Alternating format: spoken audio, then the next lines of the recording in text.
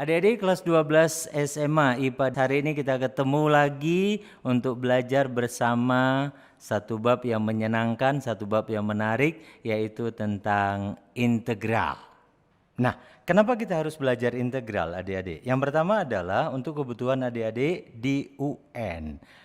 Integral bisa 5 soal keluar dalam UN. Sementara untuk SBMPTN, ujian tulis masuk perguruan tinggi negeri adik-adik, itu keluar biasanya 1 atau 2 soal dan lebih sering lagi kebanyakan itu keluar di matematika IPA. Nah, mungkin adik-adik bertanya, selain itu apa gunanya aku belajar integral? Banyak sekali gunanya adik-adik. Integral ini banyak digunakan dalam ilmu lain. Contoh di bidang ekonomi. Ekonomi dia bisa mencari total cost gitu ya. Dan dalam bidang teknologi perminyakan, misalnya adik-adik nanti masuk jurusan minyak, itu ngitung laju dari aliran minyak bisa pakai integral. Di bidang teknik sipil, konstruksi juga sangat banyak digunakan integral ini adik-adik. So, pastikan dirimu menguasai bab integral ini adik-adik. Nah, adik-adik sekarang kita masuk dengan notasi integral. Notasi daripada integral itu dituliskan mirip seperti huruf S adik-adik, seperti ini. Notasinya, adik-adik kalau ingat dalam pelajaran biologi, ini mirip apa? Mirip kromosom ya kalau ada lingkaran di tengahnya adik-adik. Jadi integral itu dilambangkan ini sebenarnya dari huruf I-nya sendiri. Nah, sekarang kita masuk dengan pengertian dari integral itu sendiri. Apa sih integral? Integral itu didefinisikan sebagai antiturunan. Itulah integral. Atau boleh dikatakan juga kebalikan dari turunan. Kenapa disebut kebalikan? Adik-adik masih ingat kalau turunan sebuah fungsi pangkatnya selalu berkurang 1, maka kalau integral pangkatnya selalu naik 1. Masih ingat ya adik-adik? Turunan pangkatnya turun 1, kalau integral pangkatnya pasti naik 1. Jadi integral itu adalah kebalikan dari turunan. Maka boleh saya gambarkan seperti ini. Kalau saya punya sebuah fungsi fx yang mempunyai turunan f aksen x, proses dari fungsi menjadi f aksen x ini disebut sebagai turunan. Nah sekarang kalau kita kembalikan f aksen x kembali kepada fx, inilah yang disebut dengan integral adik-adik. Jadi boleh saya katakan bahwa hubungan antara turunan dengan fungsi semula itu dihubungkan dengan integral. Dituliskan seperti ini adik-adik. Integral sebuah turunan fungsi x, tentu saja pakai dx, itu akan kembali ke fungsi semula fx ditambah dengan sebuah konstanta. Kenapa harus ada konstanta? Karena kita tahu turunan konstanta itu sama dengan 0. Nah, adik-adik, sebenarnya dari sini kita sudah dapat satu rumus dasar dari sebuah integral. Ingat tadi integral adalah antiturunan ya adik-adik. Kalau misalnya saya punya sebuah fungsi, katakanlah fx sama dengan sebuah bilangan dibagi bilangan lain, saya pakai notasinya n tambah 1, x-nya pangkat n tambah 1. Fungsinya seperti ini. Adik-adik pasti bisa jawab kalau saya tanya apa turunan pertamanya. Nah, adik-adik masih ingat turunan? Turunan pasti pangkatnya ke depan kalikan dengan koefisien di depan, lantas pangkatnya berkurang 1. Kalau n tambah 1 saya turunkan ke depan berarti akan hilang dengan n tambah 1 semula, maka tinggal jadi k. Pangkatnya berkurang 1, n tambah 1 kurang 1 berarti ini jadi x pangkat n. Ada fungsi, ada turunan.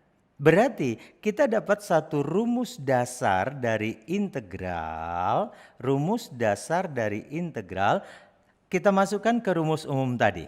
Integral turunannya akan kembali ke fungsi semula ditambah konstanta. Di sini turunannya siapa? Kx pangkat n. Maka integral Kx pangkat n dx itu apa tadi adik-adik? Kembali ke fungsi semula. Semulanya apa? Semulanya adalah K per n tambah 1, x pangkat n tambah 1. Jangan lupa ditambah dengan sebuah konstanta. Oke adik-adik, kita akan masuk satu contoh. Kita masuk dengan satu contoh adik-adik. Contoh soal. Misalkan kamu disuruh integral, katakanlah nomor 1 ya adik-adik, ini soal nomor 1. Carilah integral dari 2x pangkat 3 dx. Sama dengan apa? Sudah? Tentu saja kita ingat tadi rumus yang tadi ya adik. Rumus dasarnya adalah, rumus dasar tadi integral K x pangkat n dx itu menjadi apa adik-adik? K dibagi n tambah 1, x pangkat n tambah 1 tambah dengan konstanta. Nah, sekarang tinggal kita masukkan. Yang ditanya di sini adalah integral 2x pangkat 3 dx. Kalau adik-adik saya tanya, siapa yang bertindak sebagai K? Betul, 2. Siapa yang bertindak sebagai N? Betul, 3. Maka tinggal masukkan rumusnya saja. K 2 tetap dibagi N tambah 1, berarti 3 tambah 1.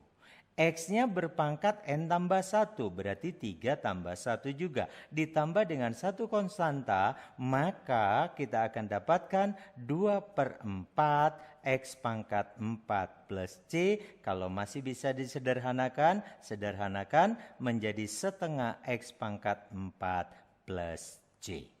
Inilah hasilnya. Integral dari 2x pangkat 3 dx. Kita ambil contoh yang kedua.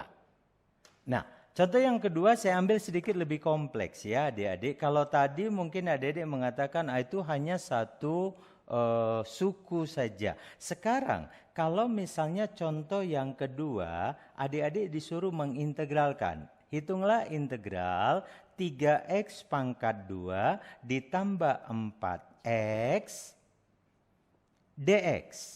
Nah, sekarang jadi dua suku ya. Bagaimana cara kita mengintegralkan ini adik-adik? Padahal rumus yang tadi kita punya adalah fungsinya tunggal. Sebenarnya adik-adik, secara konsep ini boleh saya tuliskan menjadi dua bentuk integral.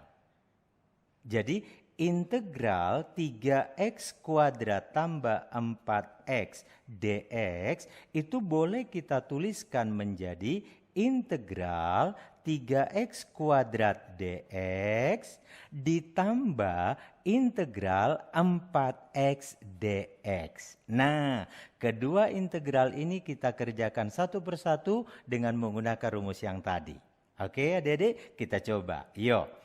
Bagian pertama integral, siapa yang bertindak sebagai K? 3. Berarti di sini 3 per, ingat tadi rumusnya, siapa yang bertindak sebagai N?